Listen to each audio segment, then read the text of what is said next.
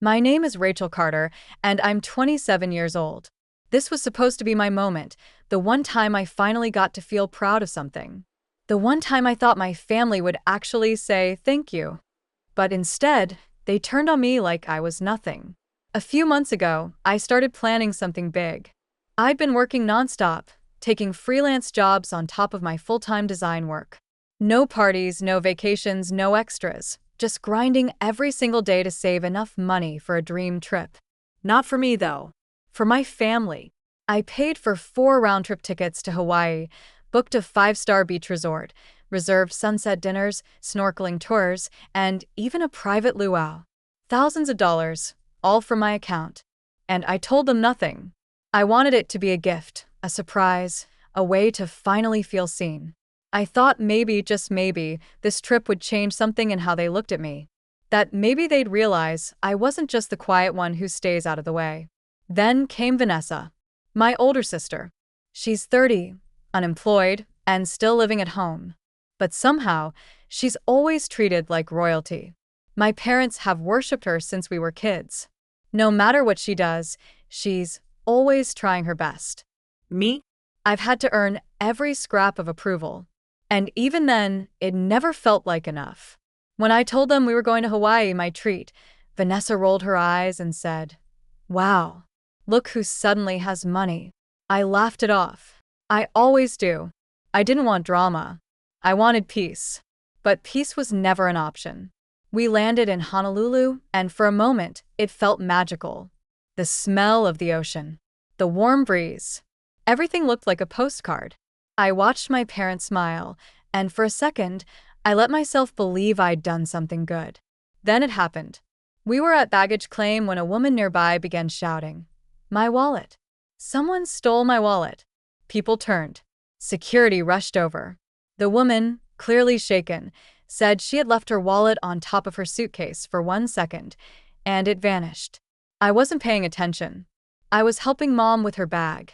Then I heard a voice, deep and stern. "Ma'am, can we speak with you?" I turned, confused, and saw a security guard pointing at me. "We found this near your luggage," he said. He bent down and picked up a red wallet. My heart dropped. "What?" I whispered. "That's not mine." "Someone saw it fall from your bag," the guard added. I looked at Vanessa, who stood there with wide eyes and a fake gasp. "Rachel, what did you do?" I felt like the air was ripped from my lungs. I don't even. "Is this true?" my dad asked, his voice hard. "You stole something," my mom said, disgusted. "Here?" "At the airport." I was frozen. I couldn't speak. I couldn't breathe. It was like the world had turned upside down in seconds. And the worst part? They believed it. No questions. No doubt. They believed her over me. Again. I stood there, staring at the wallet like it was a ticking bomb. People were watching. Whispers buzzed around us like flies. I could feel my face burning. Not from guilt. From pure, raw humiliation. "I didn't steal anything," I said finally, my voice shaking. "I swear on everything I never touched that wallet." But my words didn't matter. Not to my parents. Not to Vanessa. My dad stepped back like I was contagious.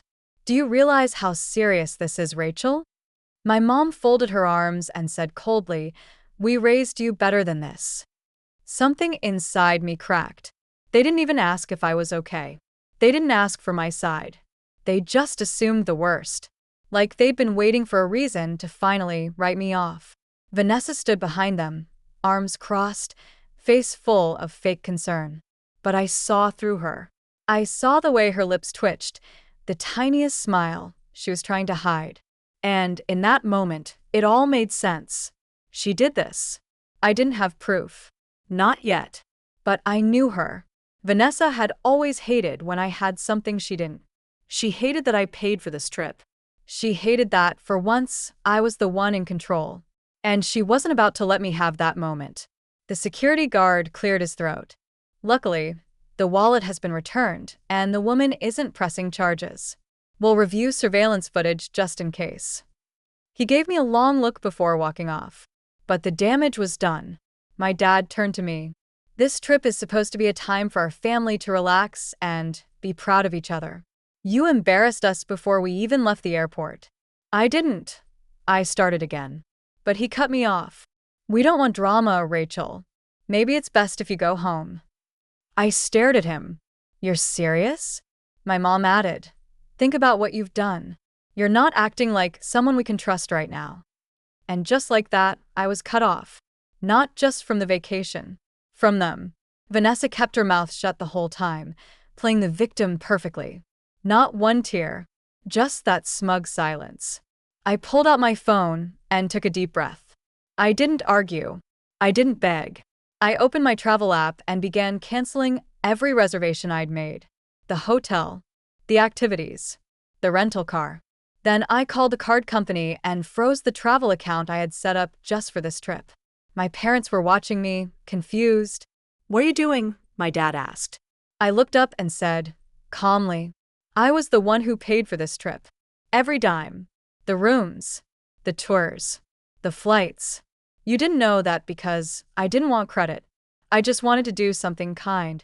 But you chose to humiliate me. Slightly, Vanessa looked like she'd been slapped. I took a step back and gave them one last look. Not angry, not bitter, just tired. Good luck finding a hotel in Hawaii without a booking. I hope your favorite child can help you now. Then I walked away. No one followed me. Not even Vanessa. And that silence told me everything I needed to know. I didn't cry. Not on the shuttle to the airport hotel. Not when I canceled my return flight and booked a new one for the next morning. Not even when I lay alone in the unfamiliar room, staring out at the palm trees swaying beneath the Hawaiian sunset I was supposed to enjoy with my family. No, I didn't cry.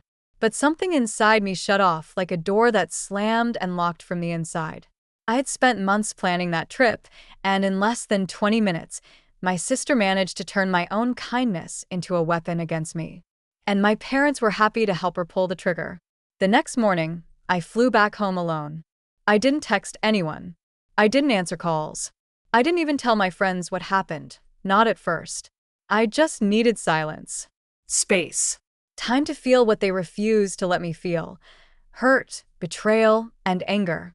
But fate had other plans. 3 days later, my phone buzzed with a notification. Then another. Then 10 more. My heart started racing. Is this you? OMG, Rachel, this is wild. Check TikTok now. I opened the app. And there it was, a viral video already at 2 million views. A young woman, maybe in her 20s, had filmed part of the scene at the airport from a distance. In the clip, she quietly narrated what she saw while recording the aftermath. But what really blew it open? The security footage. She had managed to get it from her cousin, who worked at the airport. The clip was grainy but clear enough. It showed Vanessa standing near my luggage looking around. Then, in one quick, sneaky move, she pulled something from her purse and slipped it into my bag. The red wallet. I dropped my phone. My whole body went cold. Then the anger came rushing back, not quiet anymore, but loud and shaking, burning through me. She set me up. She planted that wallet.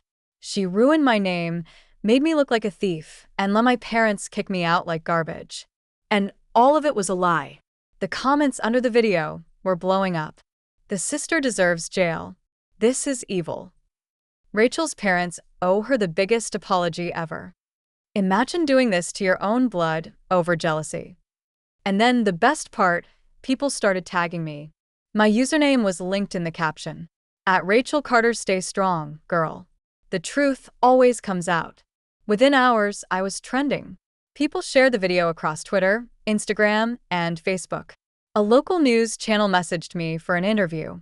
A lawyer even offered to help me press charges for free. And then, just when I thought the whirlwind couldn't spin any faster, I got a call. It was my mom. She left a voicemail, her voice shaky, like she'd been crying. Rachel, we saw the video. We didn't know. Please call us back. We need to talk. I didn't call back, because now it was my turn to go silent. For the first time in my life, I had the power, not out of revenge, but out of truth. I didn't ask to go viral. I didn't beg for sympathy. I didn't even speak up at first. But when the world saw the truth for itself, they came to me. I woke up to hundreds of messages every day, strangers, creators, even reporters wanting to hear my side. The girl who posted the video messaged me privately and said, "You didn't deserve that." I'm so glad the truth came out. And honestly, So was I.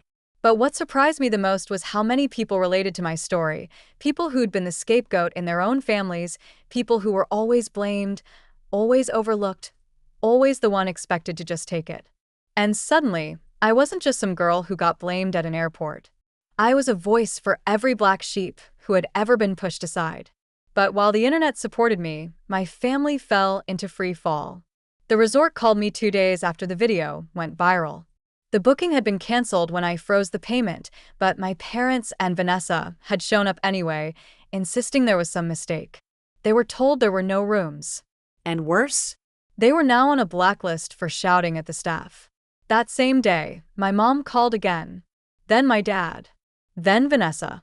Voicemail after voicemail, full of apologies, excuses, and, in Vanessa's case, a weird mixture of guilt and gaslighting. I didn't mean for it to go this far, Rachel. I was angry. You always act like you're better than me. Can we please talk?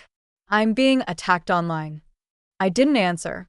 Because the truth is, I wasn't just betrayed at the airport.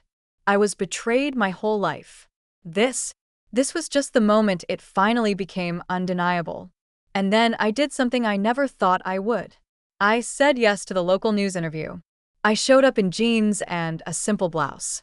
No glam. No fake smiles. Just me. I sat down in front of the camera and told the truth, calmly, clearly. I told them how I paid for everything. How my sister framed me. How my parents didn't even ask me what happened before throwing me away. And when the reporter asked, "If your family reaches out again, would you forgive them?" I looked her dead in the eye and said, "I don't need people in my life who only believe in me when it's convenient. Sometimes, the best thing you can do is walk away and never look back." That clip alone hit 8 million views. I gained hundreds of thousands of followers overnight. Travel brands started offering me deals. One company even asked if I'd be open to revisiting Hawaii on them, to redo the trip. This time with people I trust. And this time I said yes. But not for my family. For me. The ocean looked exactly the same, but I didn't. When I stepped off the plane in Hawaii this time, I wasn't the girl begging for validation. I wasn't the sister trying to prove her worth. I was Rachel Carter, the woman who told her story and watched the world rise behind her. I brought 2 of my closest friends with me, real ones. The kind who never made me feel small. The kind who cheered me on when I was exhausted from working 2 jobs. Who supported me when I nearly emptied my savings just to make my family smile. The resort I had originally booked invited us to stay for free. They even upgraded me to the oceanfront suite, the one I couldn't afford last time. This time, I didn't sneak around trying to hold everything together. I sipped fresh pineapple juice, wore sunglasses I actually liked, and laughed harder than I had in years. But while I was rebuilding, my family was unraveling. The internet hadn't let them off the hook. Vanessa's lies had turned into headlines. She tried to play the victim, but every interview request she gave was flooded with comments calling her out. Her old coworkers found the video too. Word got around. She lost her job. She posted a long apology video, blaming stress, mental health, and jealousy. But nobody was buying it, not when security footage told the whole story. And my parents? They were left in the wreckage. Disinvited from events. Unwelcome at the same church that used to brag about how perfect their daughters were. Now, people whispered about them behind their backs. They tried to fix it, of course. More voicemails. More emails. My dad even sent a typed letter saying they made a mistake and hoped one day we could be a family again. I didn't respond. Because what they still didn't understand was, this wasn't about one moment. It was about a lifetime of never being enough. A lifetime of watching Vanessa be protected while I was sacrificed. This trip was my closure. On the last night in Hawaii, I stood barefoot in the sand, the sunset turning the waves gold. My friend handed me a note she found in my suitcase, one I had written months ago, back when I was first planning this vacation. It said, Maybe this will be the trip where they finally see me. I smiled sadly, tore it in half, and let the wind take it. They didn't see me, but now the whole world does. And more importantly, I do. 2 months later, a letter arrived at my apartment. No envelope, just folded paper left in the mailbox. It was from Vanessa. Rachel, I know you'll probably never read this. Or maybe you will and rip it up. I just wanted to say I'm sorry. I lost everything. My job. My friends. Even mom and dad barely talk to me now. But maybe I deserve it. I was jealous. You worked hard and I didn't. You had dreams and I coasted. I hated how everyone suddenly looked at you with pride. I thought if I could bring you down, I'd feel better. But all I did was prove I was the problem. I don't expect you to forgive me. I just wanted you to know, I finally see it now. You were always the better sister. Vanessa. I read it once. Then, I placed it gently into the shredder. Because closure doesn't come from their guilt. It comes from choosing yourself. A week after that, I signed a contract with a major travel brand. They offered to sponsor a full year of trips in exchange for honest storytelling. My specialty. I turned pain into purpose. Trauma into strength. As I packed my bags for my next destination, Italy, my phone buzzed with a message from my mom. We miss you. Please call when you can. I didn't reply. Instead, I took a deep breath, looked around my sunny apartment, filled with plants and peace, and smiled. I was no longer the forgotten one, no longer the scapegoat, no longer the quiet girl in the corner, trying to earn love that should have been unconditional. I was Rachel Carter. I was free, and I was just getting started.